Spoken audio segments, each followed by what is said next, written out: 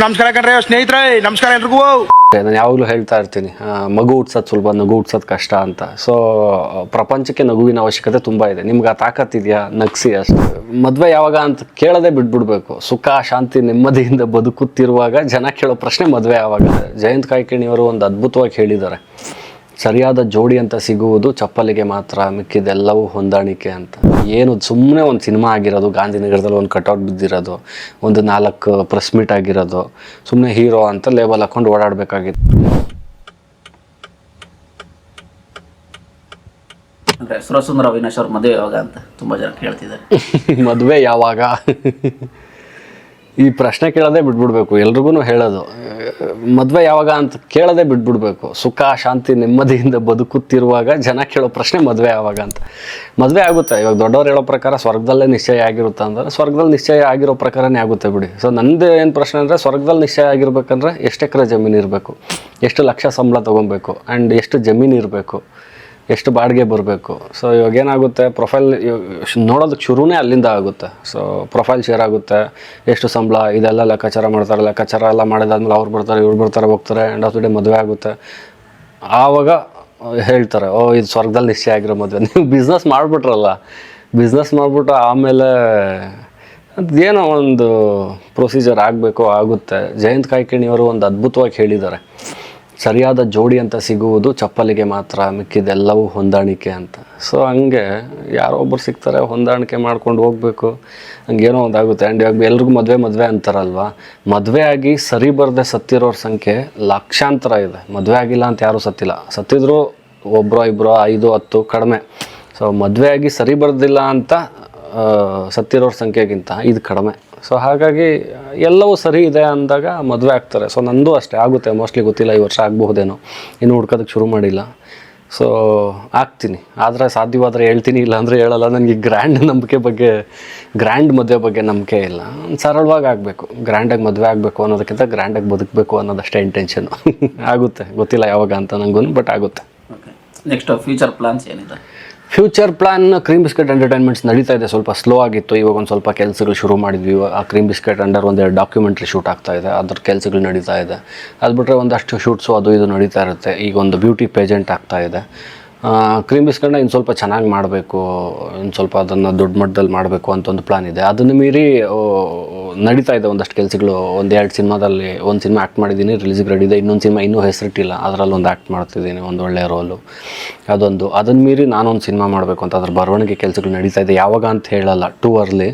ನಾನು ರೆಡಿ ಇದ್ದೀನಿ ಅಂದಾಗ ಅದನ್ನು ಅನೌನ್ಸ್ ಮಾಡ್ತೀನಿ. ಒಂದು ಸ್ವಲ್ಪ ಕೆಲಸಗಳು ನಡೀತಾ ಇದೆ. ಸಿನಿಮಾ ಅಂತೂ ಮಾಡಬೇಕು. ಸೊ ಇಷ್ಟೆಲ್ಲ 10 ವರ್ಷ ಆಯಿತು ನಾನು ಇಲ್ಲಿ ಬಂದು, 10 ವರ್ಷ ಆಗ್ತಾ ಬಂತು.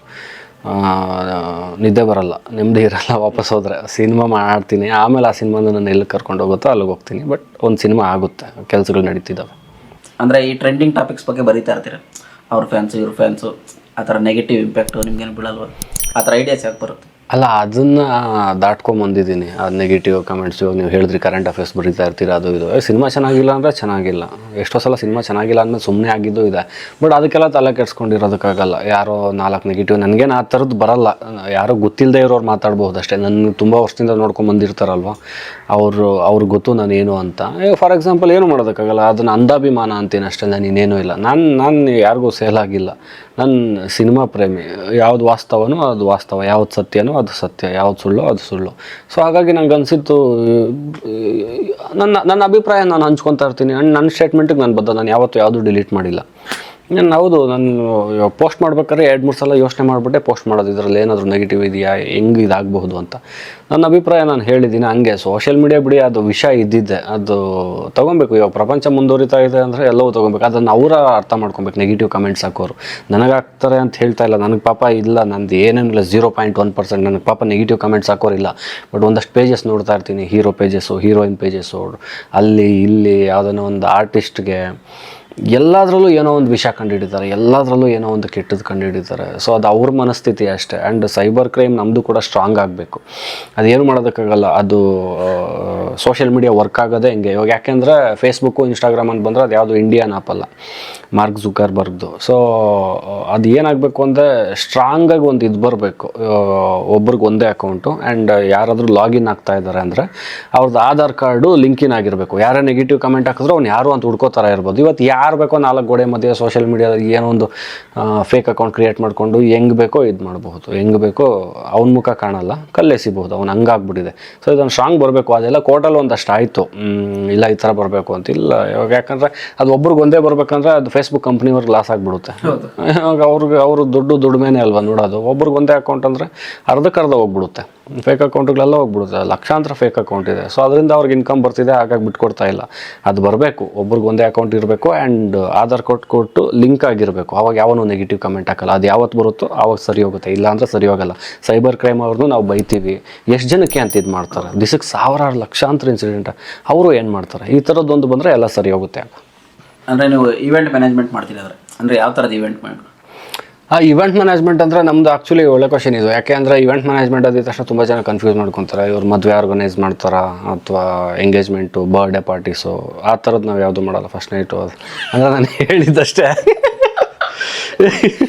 ಸುಮ್ಮನೆ ಹೇಳಿದೆ. ಸೊ ಈ ಮದುವೆ ಇದೆಲ್ಲ ನಾವು ಆರ್ಗನೈಸ್ ಮಾಡಲ್ಲ. ನಮ್ಮದು ಇಂಡಸ್ಟ್ರಿ ರಿಲೇಟೆಡು, ಮಾಡ್ಲಿಂಗ್ ರಿಲೇಟೆಡ್ ಮಾತ್ರ, ಮಾಡ್ಲಿಂಗ್ ಫೀಲ್ಡು ಸ್ವಲ್ಪ. ಅದನ್ನ ಮೀರಿ ಫೋಟೋಗ್ರಫಿ ಮತ್ತು ಒಂದಷ್ಟು ಡಾಕ್ಯುಮೆಂಟ್ರಿ ಶೂಟು, ಕ್ರೀಮ್ ಬಿಸ್ಕೆಟ್ ಎಂಟರ್ಟೈನ್ಮೆಂಟ್ಸಿಂದ ಆ್ಯಡ್ ಶೂಟ್ಸ್ ಯಾವುದಾದ್ರೂ ಇದ್ದರೆ ಆ ಥರದ್ದು ನಡೀತಾ ಇರುತ್ತೆ.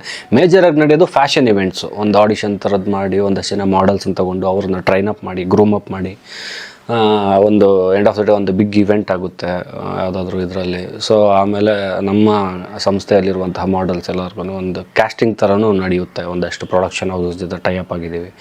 ಅವ್ರಿಗೆ ಅಲ್ಲಿಂದ ಆಪರ್ಚುನಿಟಿ ಏನಾಗಬಹುದು ಇಲ್ಲಿ ಬಂದವ್ರಿಗೆ. ಸೊ ಆ ಥರದ್ದೊಂದು ಮಾಡ್ಲಿಂಗ್ ರಿಲೇಟೆಡು ಜಾಸ್ತಿ. So that is event management ನಮ್ಮ ಕ್ರೀಮ್ ಬಿಸ್ಕೆಟ್ ಎಂಟರ್ಟೈನ್ಮೆಂಟ್ಸ್. ಓಕೆ, ಅಂದರೆ ನೀವು ಸಿನಿಮಾ ಮಾಡಬೇಕು ಅಂತ ಹೇಳ್ತಿದ್ದು ಅಂದರೆ ನಿಮ್ಮ ಅಭಿರುಚಿ ಯಾವ ಥರದ ಸಿನಿಮಾಗಳು, ಯಾವ ಥರದ್ದು ಇದ್ರೆ ಮಾಡ್ತೀರಾ ಅಂತ? ಸಿನಿಮಾ ಅಭಿರುಚಿ ನಾನು ನೋಡೋದಕ್ಕೆ ಎಲ್ಲ ಥರದ ಸಿನಿಮಾನೂ ನೋಡ್ತೀನಿ. ಸ್ವಲ್ಪ ಹ್ಯೂಮರ್ ಸಿನಿಮಾ ಜಾಸ್ತಿ ಅಷ್ಟೇ. ಬೇರೆದು ಇವಾಗ ಕಲಾವಿದನಾಗ ಯಾರಾದರೂ ಕೇಳಿದ್ರೆ, ಯಾರಾದರೂ ಆ್ಯಕ್ಟ್ ಮಾಡ್ತೀನಿ ಅಂದರೆ ಅದು ಹೇಗಿದ್ದರೂ ಮಾಡ್ತೀನಿ, ಪಾತ್ರ ಚೆನ್ನಾಗಿದ್ರೆ. ಇಂಥ ಜಾನರೇ ಆಗಬೇಕು ಅಂತೇನಿರಲ್ಲ. ಬಟ್ ನನ್ನ ಇಷ್ಟದ ಜಾನರ್ ಅಂದರೆ ಕಾಮಿಡಿ. ಸೊ ಇವಾಗ ಬೈತಾರೆ, ತುಂಬ ಜನ ಬೈತಾರೆ, ಪ್ರೀತಿಯಿಂದ ಬೈತಾರೆ ಎಲ್ಲರೂ. ಇಷ್ಟು ವರ್ಷ ಆಯಿತು, ಯಾರ್ಯಾರೋ ಸಿನಿಮಾ ಮಾಡಿಬಿಟ್ರು, ಹೀರೋ ಆಗಿಬಿಟ್ರು, ನೀನು ಆಗಿಲ್ಲ ಅಂತ. ಅದೇನೋ ಗೊತ್ತಿಲ್ಲ ನನಗೆ, ನನ್ನ ಅದೃಷ್ಟ ಅಂತಲೇ ಹೇಳ್ಬೋದು.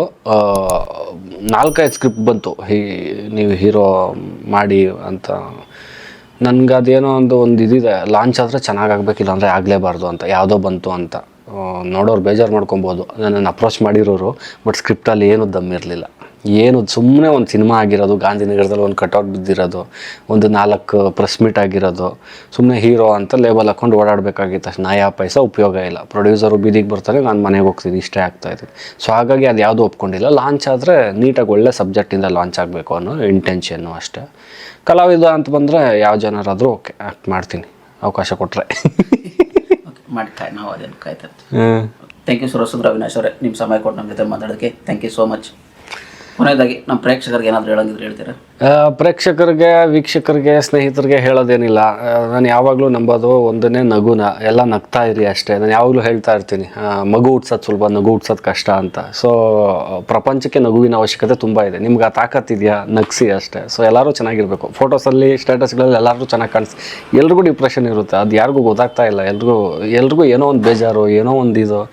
ಸೊ ಹಾಗಾಗಿ ಪ್ರಪಂಚಕ್ಕೆ ನಗುವಿನ ಅವಶ್ಯಕತೆ ತುಂಬ ಇದೆ. ನಿಮ್ಗೆ ಆ ತಾಕತ್ತಿದ್ರೆ ನಿಮ್ಮ ಸುತ್ತಮುತ್ತ ಇರೋರನ್ನ ನಗಿಸಿ ಅಷ್ಟೇ. ಆ್ಯಂಡ್ ಥ್ಯಾಂಕ್ ಯು, ನನಗೆ ಖುಷಿಯಾಯಿತು ನಾನು ಇಷ್ಟೊತ್ತು ಮಾತಾಡಿದ್ದು. ಯು ಆ್ಯಂಡ್ ಮೀ, ನಾವಿಬ್ಬರು ಮಾತಾಡಿದ್ದು. ಆ್ಯಂಡ್ ಯು ಆ್ಯಂಡ್ ಮೀ ನಿಮ್ಮ ಯೂಟ್ಯೂಬ್ ಚಾನಲ್ಲು ನಾನು ನೋಡ್ತಾ ಇರ್ತೀನಿ, ಫಾಲೋ ಮಾಡ್ತಾ ಇರ್ತೀನಿ. ಒಂದಷ್ಟು ಟೆಕ್ನಿಷಿಯನ್ಸ್ನ, ಒಂದಷ್ಟು ಸಿನಿಮಾ ಪ್ರಿಯರನ್ನು, ಸಿನಿಮಾ ಮಾಡೋರನ್ನು ಎಲ್ಲ ತುಂಬ ಚೆನ್ನಾಗಿ ಬರ್ತಾಯಿದೆ. ಅತಿ ಕಿರಿಯ ನಾನೇ ಅನಿಸುತ್ತೆ, ನನ್ನ ಹತ್ರ ಏನಕ್ಕೆ ಬಂದರೂ ಗೊತ್ತಿಲ್ಲ.